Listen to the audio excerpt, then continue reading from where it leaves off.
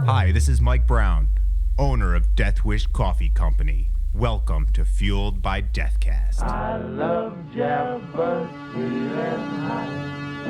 Whoop, Mr. Motorama coffee. Death Wish Coffee presents Fueled by Deathcast, the world's strongest podcast. Get ready, the show's about to begin.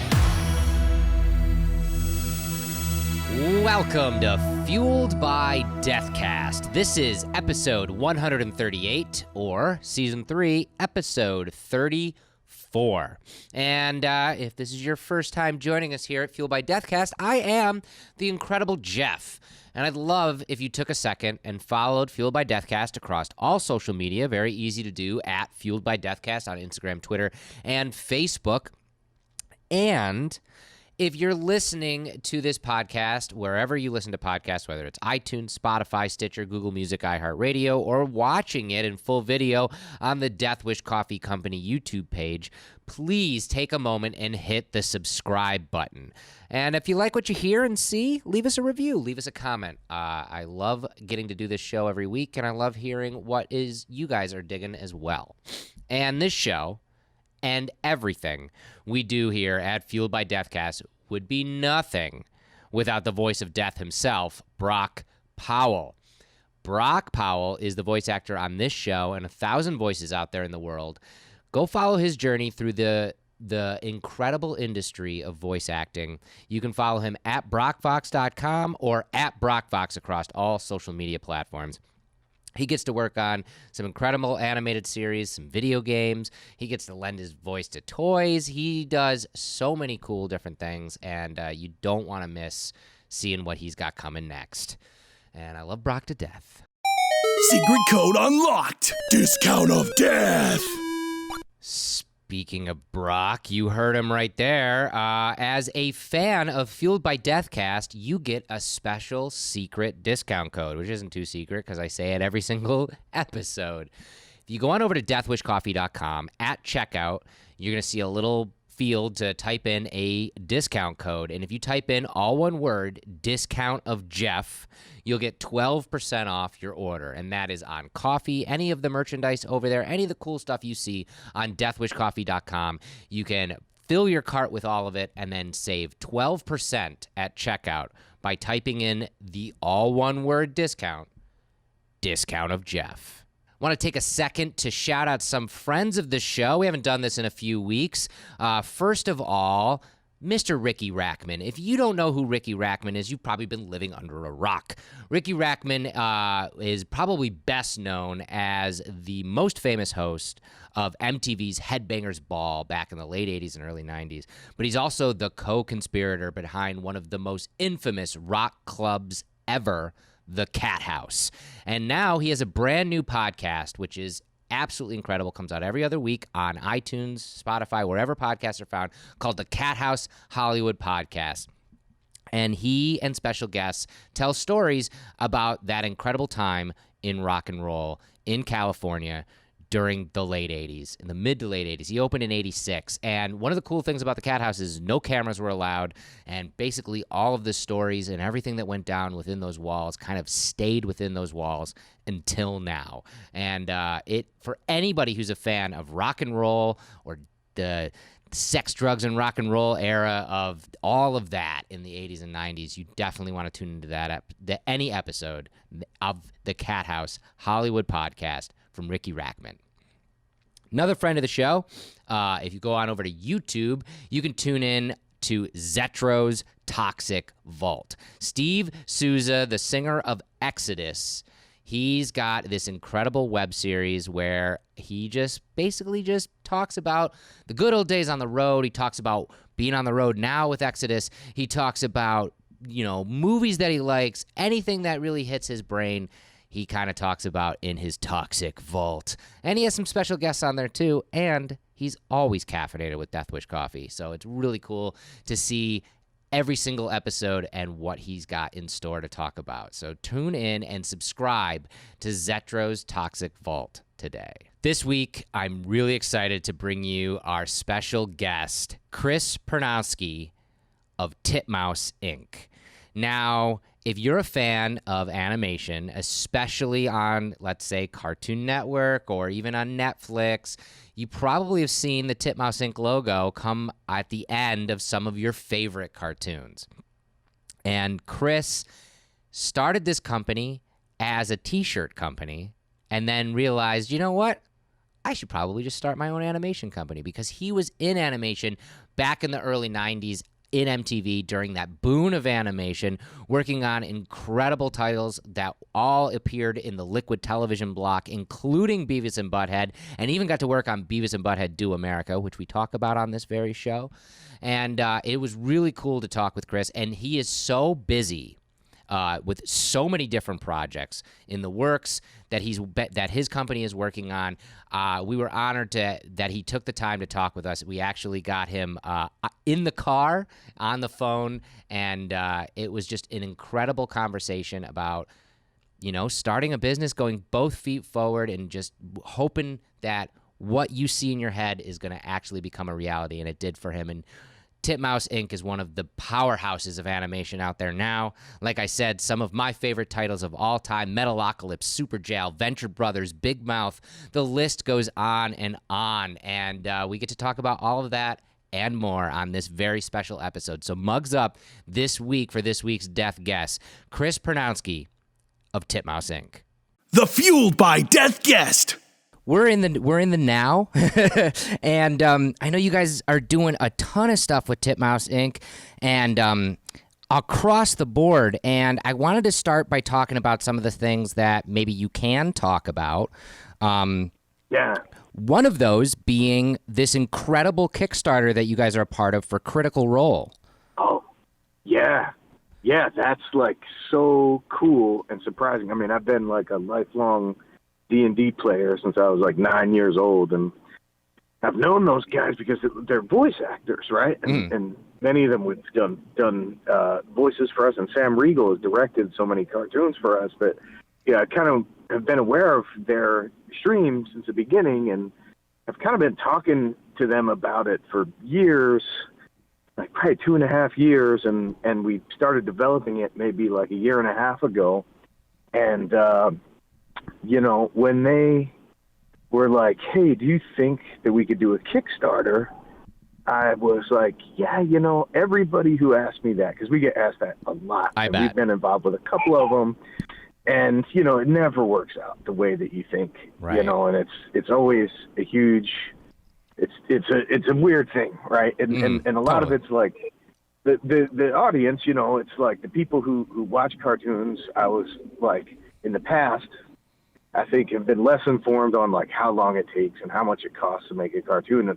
And I was afraid there might be a backlash if we asked for the money to make a whole cartoon, because people would be like, hey, you have a studio. Why are you asking us for money?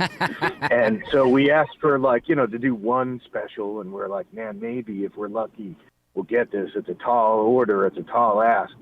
And now we're in the position where we just crested it, where we're definitely doing a 10-episode season. It's crazy, like, to be able to do a crowd-funded season of a TV show at a reasonable budget. It's insane. Like, I'm so happy. It's going to be bananas. Yeah, that's so incredible. And kind of, can you talk a little bit about, for our listeners, what Critical Role actually is? Because it didn't start out as an animation thing. Oh. No, it didn't. I mean, now it's only just starting. Yeah, it's like, I'm sure your audience is familiar with Twitch.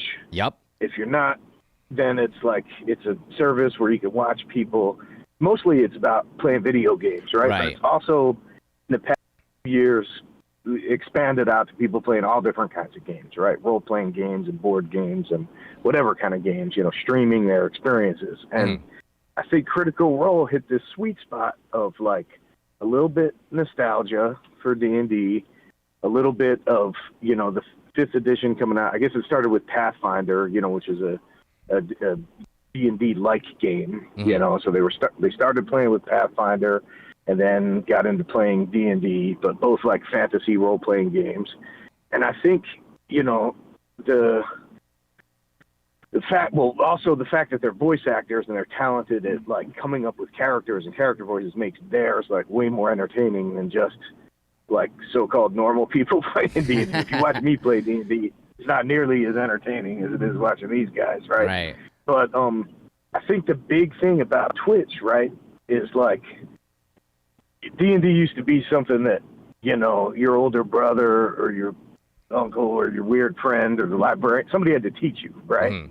It's really hard to get it just from reading the books, right? So there was like a barrier of entry that was like you had to know somebody who already played it. And, you know, a lot of the people who are attracted initially to role-playing gaming maybe aren't people who have like a big network of friends and stuff, right? But now you could just watch Twitch and you could watch them play it and then you know how to play it. You learn how from watching people play it on the internet. Yeah. So I think D&D had an incredible year last year. You have to ask them. I think the last 2 years have been gangbusters for them, and I think a large part of it is because of Twitch and because people, you know, just you've like lowered that barrier of entry considerably. And so I don't know if that answered your question. No, I kind of went off on it totally did. And it's so exciting because like something like this, which is born from, you know, this new space of watching people play games and being invested in that. And that has spawned, you know, these voice actors to not only have a good following there, but I mean, a comic book and, you know, fan art and all this other stuff. And then the idea comes out, well, why don't we try a cartoon? And I think it's so cool that, you know, like you said, it wasn't necessarily some big conglomeration coming in and, you know, like let's throw out Disney into there, you know, or something and being like, we're going to make this, you know. It was from the creators being like, if there really is a fan base, would you guys want to help us do this? And you guys crushed the goal by 1,000,000%. It was amazing. Yeah, it's crazy how that came about too. And, you know, we did develop it and pitch it, and there was a buyer on the table who was interested in buying it, but the guys really wanted to do a high production value show, and the budget on the table for what we were interested wasn't quite there. Right. And I give them a lot of credit for sticking to their guns, because a bird in the hand, you know, of having like somebody willing to buy your show is a tough thing to walk away from, you know? Yeah, for sure. But it's turned out successful. We're now going to get a 10-part series out of this, which is absolutely amazing. And from someone who, in your position, I mean, you started Titmouse Inc. and you run this incredible animation studio. Do you feel like this creator-owned Kickstarter world that we live in, do you think it's helpful or harmful to the industry? Oh, I think it's super helpful, but it's weird. Like this thing that we're doing is like 1 in a million. Like this is not a business model to do Kickstarters right. for like entire series of TV shows. I think this like, was it like Veronica Mars and, you know, Mystery Science Theater and this thing, you know, are pretty much the ones that have been able to do it. So, you know, it's like, hey, for doing a short, for getting started out in your career, I mean, it's such a different landscape than when I was coming up. You know, you can make cartoons, just put them on YouTube, and, you know, all the free time that you have when you're young, when you're mussing around, you know, in high school or whatever, you can actually make cartoons, and there's an outlet for people to see them. And, you know, if your goal is, you know, a few $100 or a few $1,000 to do a short, I think there is a viable model for this. I think anything that lowers the barrier to entry is great, right? Yeah. Because it's like,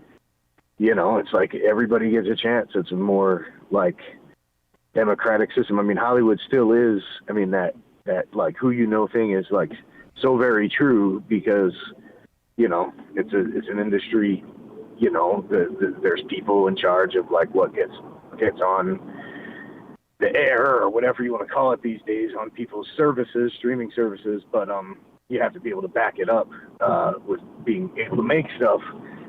Now there's just like a broader net that people can cast to find new talent. I mean, I love it. It's much easier to recruit these days than it used to be. You know, when you were kind of like tethered to like, well, I guess we'll go to the, you know, convention and review people's portfolios, because, right. You know, how else are you going to look at their work? you know? Yeah. In the '90s, people weren't sending out their resume or not their portfolio over email so much, you know. Mm-hmm. Maybe their resume. Yeah. So yeah, come a long way since when I started. And let's talk a little bit about that. How the industry has changed exponentially since when you broke into it. How did you navigate that? Well, I think I was in this like weird like middle generation. I always talk about that with my peers of like old enough to learn the like classic way of like drawing on paper and, you know, the oldie fashioned way of doing animation, but young enough to still be like grow up with computers and fully embrace the digital stuff. So I think I was fortunate to hit that sweet spot. I think, you know, it's pretty easy transition for me because I was interested in, you know, pushing the technological stuff. When I was at MTV, the '90s, I started on Beavis and Butthead and The Head and Daria, a bunch of shows that were going on there at the time. And I did a series there that only lasted one season, but it was the first one to do like digital ink and paint and, you know, use computers for the coloring and compositing and stuff, which was pretty new back then. Not too many folks were doing it. And I was just always interested in that.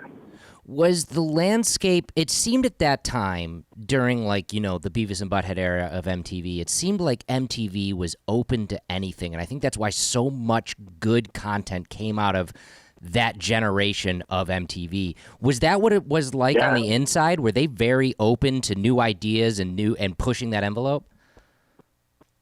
Yeah, absolutely. The guy who was running MTV Animation at the time, Abby Turcooley, really, you know, his best asset was that he trusted the artists. Like, he didn't really meddle or get involved in it. At the time, I didn't really appreciate that because I hadn't worked anywhere else really other than like for like animating commercials and stuff. It was the only place I'd worked doing TV shows, and I was like, oh, this is how it is. The creator, they do what they want, and you know, and it's cool. And sometimes you get notes from standards and practices. They say Beavis can't have a lighter anymore, but you know, whatever. That's other than that, you know, we could pretty much do what we want.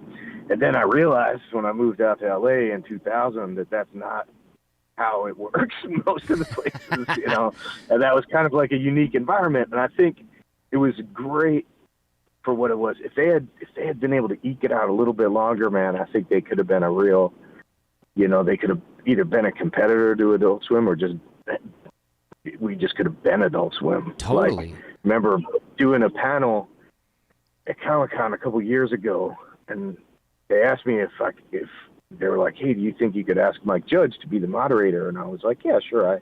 I talked to him every once in a while and stuff. And he came down and he was the moderator of the panel.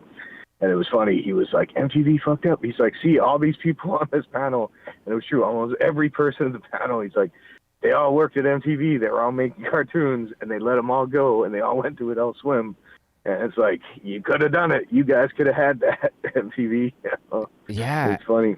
It is funny because, I mean, you know, they had this gem, and at that point, no one really understood how important animation was becoming, you know, like MTV was out there doing it. Cartoon Network was just in its infancy, and there was even some, you know, really rare animation on like Comedy Central and the Sci-Fi Channel and stuff outside of, you know, your powerhouse like The Simpsons or something like that. But nobody really understood where this could go, and it's a shame that MTV didn't keep that forward thinking.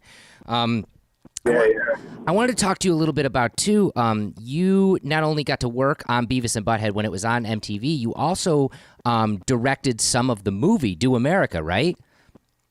Yeah. That was a fun project. That was such a scrappy movie. Yeah. You know, that movie was done like script to screen in 1 year because that was, you know, it was a popular show and they're like, we got to get this done. Right. And so I worked on, I storyboarded on it, and then I did layout on it, and then I directed a sequence where they do peyote in the middle of it. And that was just a fun project, man.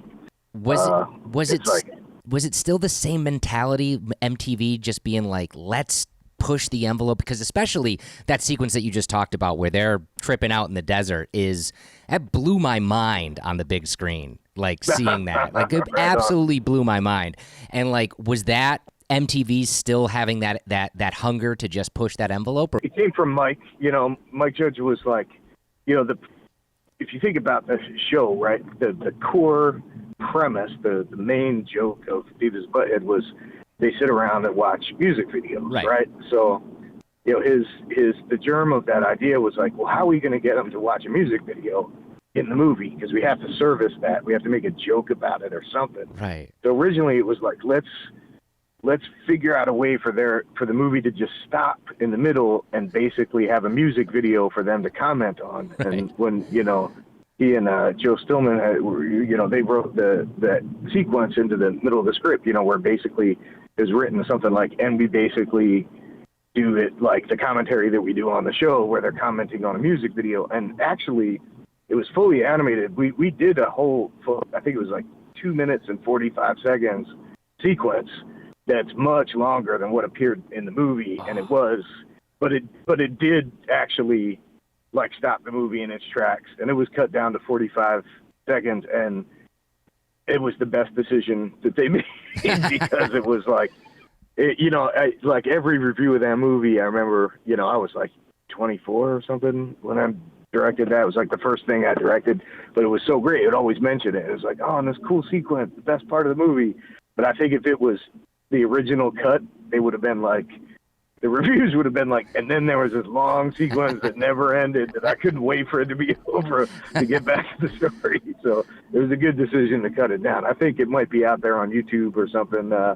I know when they were doing the DVD and the Blu-ray, I still have a cut of it. And I was like, hey man, like, does anybody want this? Put it on the Blu-ray. And it didn't make it on there. Moving forward from there, you mentioned that you moved out to LA in 2000, and that was right around the time that you started Titmouse Inc., correct? Yeah, but at that point, I just started it as like a T-shirt company. I thought I was going to just sell T-shirts on the internet, and I did that a little bit, and it was fun. But designing them is fun, and wearing them's fun. The other stuff's a pain in the ass because it wasn't really like easy. Like now, you can set up a store on the internet in like an hour and you're up and running. Like there's all this process back then of like, really it was more like starting a real store where you get a merchant account and get like all these like, it was good though because it forced me to start the business in a real way, to get like, to make it a real business. Whereas if I started a T-shirt company now, you don't have to start a business. You just go on and like do it on Shopify or something, and it's all, hardly need to do anything.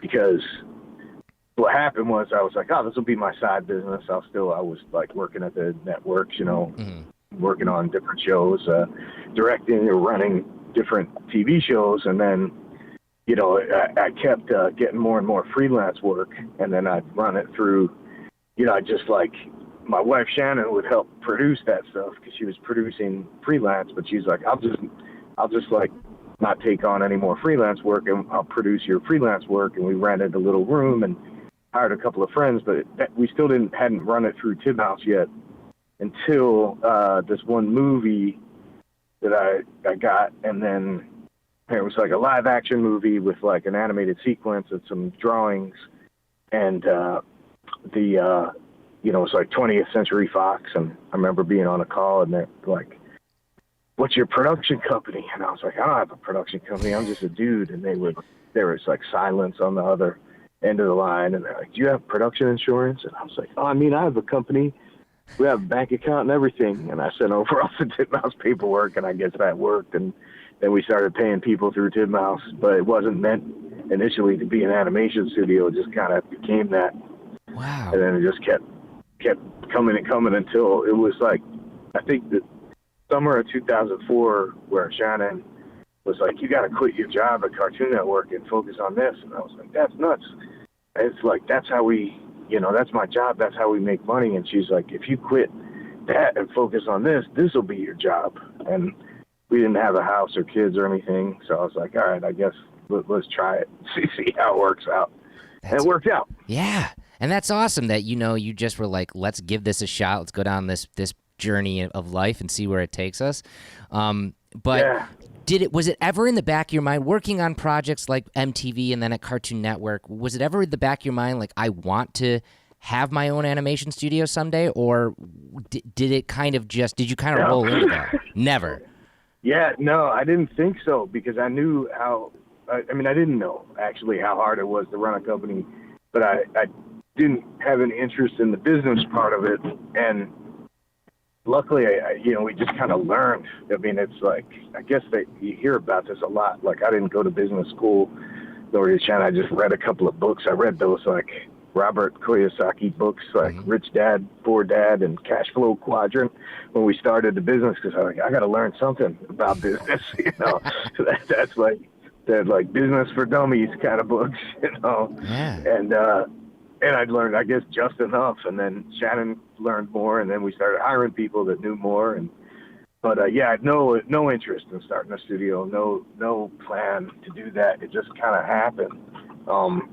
And I think a lot of people who try to start these startups and get investors and stuff, I think that's how they have this, like, quick burn. They spend a lot of money and then they're out of business in a couple years. Some of them are successful, but I think if we had tried to, start a studio at the scale that we ultimately became, like, I probably would have failed at it.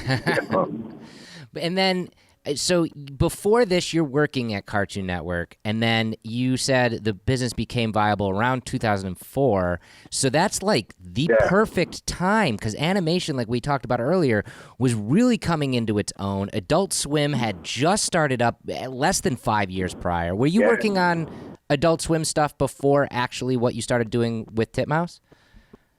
No, but I knew all those guys, because Mike Lazo used to run Cartoon Network proper. Right. And I had worked with some of those guys, and some of them had worked at MTV, and we're always talking about it, but not so much like, So Metalocalypse was the first show that we did with them, which ended up being a great first show to do with them. Yeah.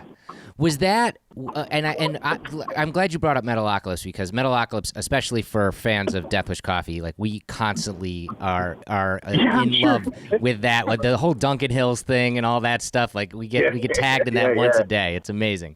But on the Metalocalypse side of it, was that brought to you as Titmouse, or was that brought to Cartoon Network and then they hired you to produce it? How does that work? I mean, that was like a really interesting way that came about, because they had pitched it to. I'd been working with Brendan Small on another project, this project that never went forward. So I already knew him, and I was working with Tommy Blacha as a writer on this MTV pilot. So I knew him, and then I was friends with John Schnepp, and we were actually renting an edit room to him in our small office, and. One of the execs at MTV ended up leaving and going to Adult Swim, and she's like, hey, we got a bunch of projects. We got to figure out a way to make them.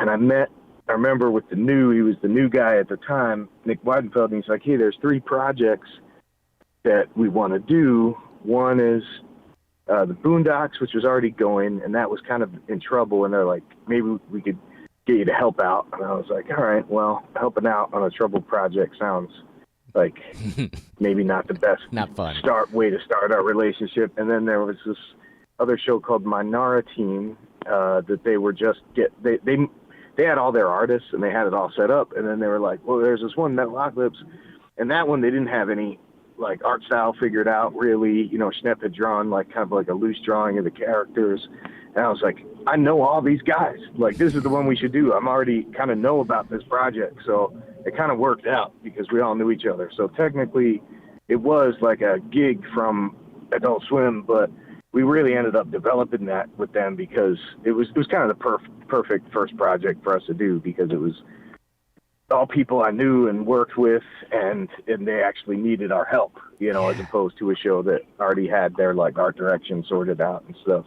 It worked out well. And what a lightning in a bottle type of situation for a brand new company starting out. Because I'll tell you, as a fan, I went into, going into Metalocalypse because I was a fan of home movies. So I knew who Brennan Small was. I was excited for another project from him. I'm a metal guy. So, an animated show about a metal band, I'm all in. But I'll tell you that after, seeing that first season and after every episode, seeing that Titmouse logo come up, that stuck in my brain. And I was like, I've never seen this logo before. Who the hell are these people? Like how did they, yeah, it totally worked. Like, how did they make that in there? And I mean, you guys have went on to create some of my personal favorite stuff on Adult Swim and a lot of other people's too. I mean, outside of Metalocalypse, but I mean, Venture Brothers and Super Jail and like all of this stuff that has a very stylized, very Titmouse Inc, ethos to it. You can really see your stamp on everything, and I think that's a testament to your company. Oh, nice. Thanks, man. And that kind of brings me to the question I get to on this show. We are all the ethos of this show is we are all fueled by death. We all want to leave this world a little different before we inevitably leave it for good. And through your entire career, starting out, working for, the upstart that is MTV, working on feature films, moving to LA to start a t-shirt company, which becomes an animation studio, which becomes the forefront of some of the biggest stuff, animation that's been out in the last decade. What fuels you to keep going? What's your drive and passion? What fuels that in you? And I guess I just like making cartoons, and I think there's a lot of people, we're still pretty, even though we're a relatively large company by number of bodies, like I think we're somewhere around 600 employees now, are top, we're not very top heavy and we're still artist run and we still like to try, we're fortunate now where we're in a situation where we really only take projects, we could turn down work and, we try to take projects that we could see something in that we get something out of, like either the writing or comedy or the animation, we can really dig in and make the style really cool or some reason to really dig in and make something cool. So I think just as long as we can keep making cool stuff, we'll want to keep doing it. Awesome. That's our whole plan. It's not really that. I wish it was like a better, we had some cool answer for that, but it's not complicated at all. I think that's the coolest answer. Actually, when we did have to when I was first starting out, in order to get the first building that we started in, I did have to do some kind of business plan. And I'd never done it. I just downloaded one from the internet and kind of put in, filled in the blanks like Mad Libs. And then I was showing it to the bank guy and he's looking at it and he's like, so what's this? What are these projections? Cause there was a section where you had to put in projections and I was so green. I didn't even know how to answer the question. I was like, I just made them up. And he's like, you can't make them up. Luckily he was on my side. He was like, I want you to get this loan, but you can't, you got to have some basis. He's like, well, how does your business work? How have you worked for the last couple of years? And I was like, well, we just make cool stuff and hope that people see it and want to hire us to make more cool stuff. And he's like, that's not a business plan either. But that kind of really is our business plan. Yeah. What I did at the time, and this was just off a hunch, and it totally worked because I think people, are just reassured by bigger companies. I just went to all of our clients and anybody I knew at companies that were, if it was Disney or MTV or Cartoon Network or Nickelodeon, I just got them to write letters on their letterhead of hey, this is a good company. We hire them all the time. We're going to continue hiring them, and just had 10 of those letters. And I was like, is this good enough? And the guy was like, yeah, that's good. That's good. That shows that you'll get work in the future. So that was our whole business plan. It was here's these letters that says that they'll hire us if they have a job. I think that was that won't after 2008, that method wouldn't have worked. Yeah. I was lucky I got in before everything got real crazy. I think that is a testament to your passion for this medium as well. You always seem to, just from talking to you, you seem to always want to be pushing the envelope. And like you said, just make cool shit, and you're going to get that done no matter what, you don't need to have, the Better Business book behind you and be checking off all the boxes. You wanted to make that happen, and you did. And I think that was a testament to you personally. I think that's awesome. And Thanks. Speaking on that a little bit, I wanted to ask you, as someone who's been in this industry for a while and always has an eye for the next thing, where do you see the animation industry going? Where do you see, do you think there's a next big thing happening? What's the future of animation as you see it? Well, I mean, there's so many outlets now.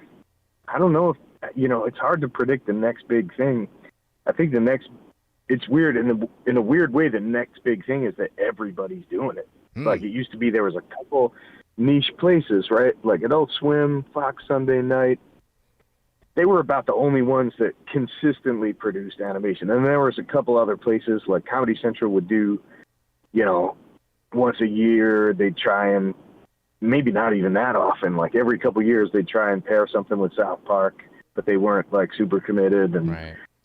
Yeah, and there was like that, and MTV had kind of fallen off of it, so there wasn't really a lot of places. Now there's like everybody's doing it, so there's so many. I mean, as far as adult cartoons, there's always like Disney and Nickelodeon and Cartoon Network, which have always been great clients. But now I think there's even more. I mean, I think the big game changer in the past few years has been Netflix, where once they started producing the volume of shows that they produce, it kind of made everybody else step up and have to produce more. Because it's like, if you're a normal network, it's like, yeah, man, maybe we'll greenlight one new show a year animated. And then Netflix is like, guess what? We're greenlighting 30 shows this year. And then everybody's like, oh, I guess we got to do more than one now.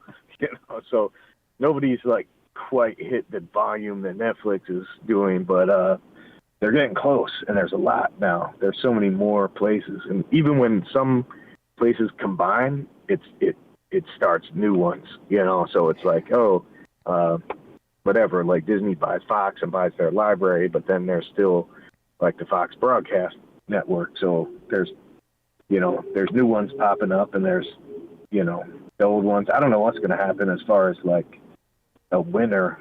I think it's kind of cool right now to be an independent because there's so many places to produce. It's kind of cool, and maybe it'll go on for a while.